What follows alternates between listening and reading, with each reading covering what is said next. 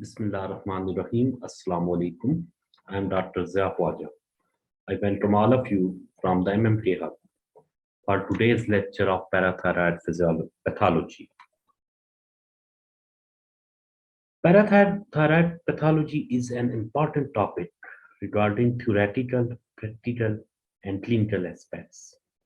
It's the topic for which undergraduate and postgraduate medical students usually don't have clear concepts.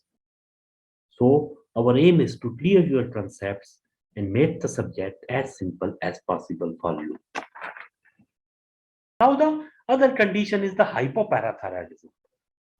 The common symptoms in the hypoparathyroidism include the neuromuscular irritability, mental status changes, Parkinsonism-like effect, lens calcification, widened QT interval, and defective and carious teeth. There is decrease in the parathyroid hormone level, leading to the decrease in the calcium level. The common causes include post-thyroid surgery with the removal of the parathyroid gland, also with the thyroid gland, or the specific surgery for the parathyroid gland. There can be autoimmune destruction of the parathyroid gland. There can be infiltrative etiology involving the parathyroid gland. It can be familial disease or idiopathic in nature. And mostly the patient present with the symptoms of the hypocalcemia.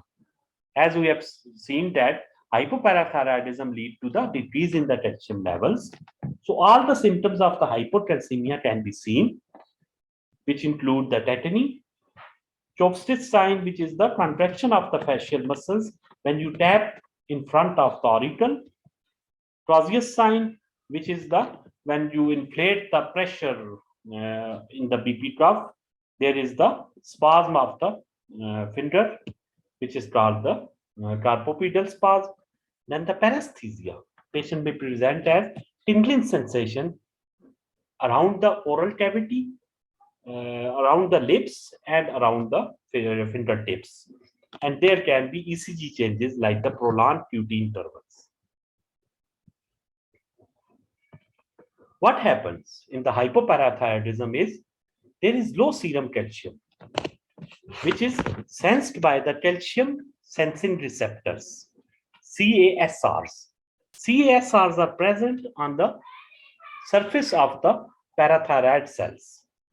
And when there is low serum calcium, it is sensed by the calcium sensing receptors, and it gives signal to the parathyroid cells to cause the release of the increased parathyroid hormone. This increased parathyroid hormone has multiple effects, and all these effects are focusing to increase the serum calcium level. It causes the bone resorption, as you can see on the rightmost side, this bone, which is the femur. You can see that parathyroid hormone causes the bone resorption. Calcium is removed from the bone into the blood circulation to increase the calcium level.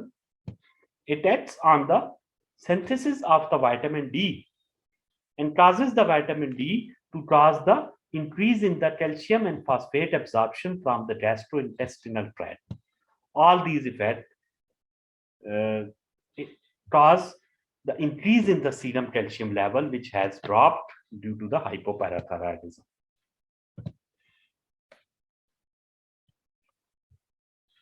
This we have discussed in the previous slide. This figure is summarizing the effect of the hypoparathyroidism. That effect may include the effect on the central nervous system, which can be seizures, calcifications, and Parkinsonism-like effect.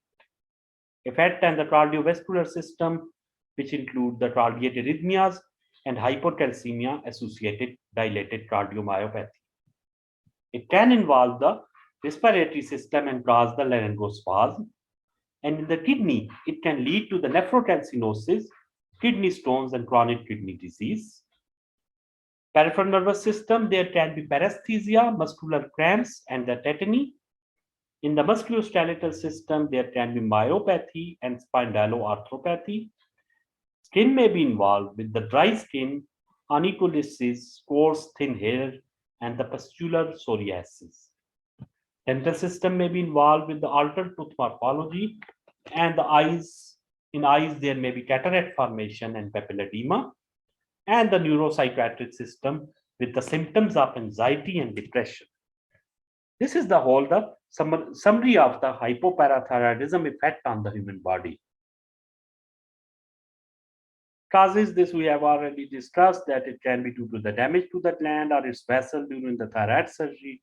It can be idiopathic, autoimmune, pseudo-hypoparathyroidism, tissue resistant to the parathyroid hormone, and clinical features. These we have already discussed. This slide is just summarizing those findings. This is the slide which is showing what is the mechanism, what are the risk factor and comorbidity, and what is the etiology in the hypoparathyroidism. If the mechanism is destruction or removal of the gland, it may be due to the surgery, and cause can be removal or damage to the blood supply.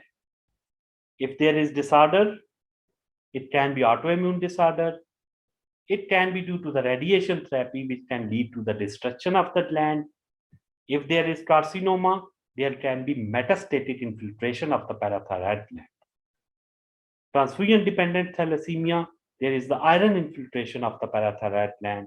In Wilson's disease, it is the proper infiltration. Amyloidosis is the amyloid deposition. Other mechanism, second mechanism, is the impaired parathyroid hormone secretion or action. It can be due to the malnutrition, malabsorption, alcoholism, drugs, and road traffic accident. It can be due to the chronic renal failure, IV magnesium administration, and there is hypermagnesemia in those cases. Genetic disorders like the family history of the hypocalcemia and hypoparathyroidism can be present, and the etiology can be multiple aspects. Very much. If you have any query, you can contact us on our website or a WhatsApp group for any question.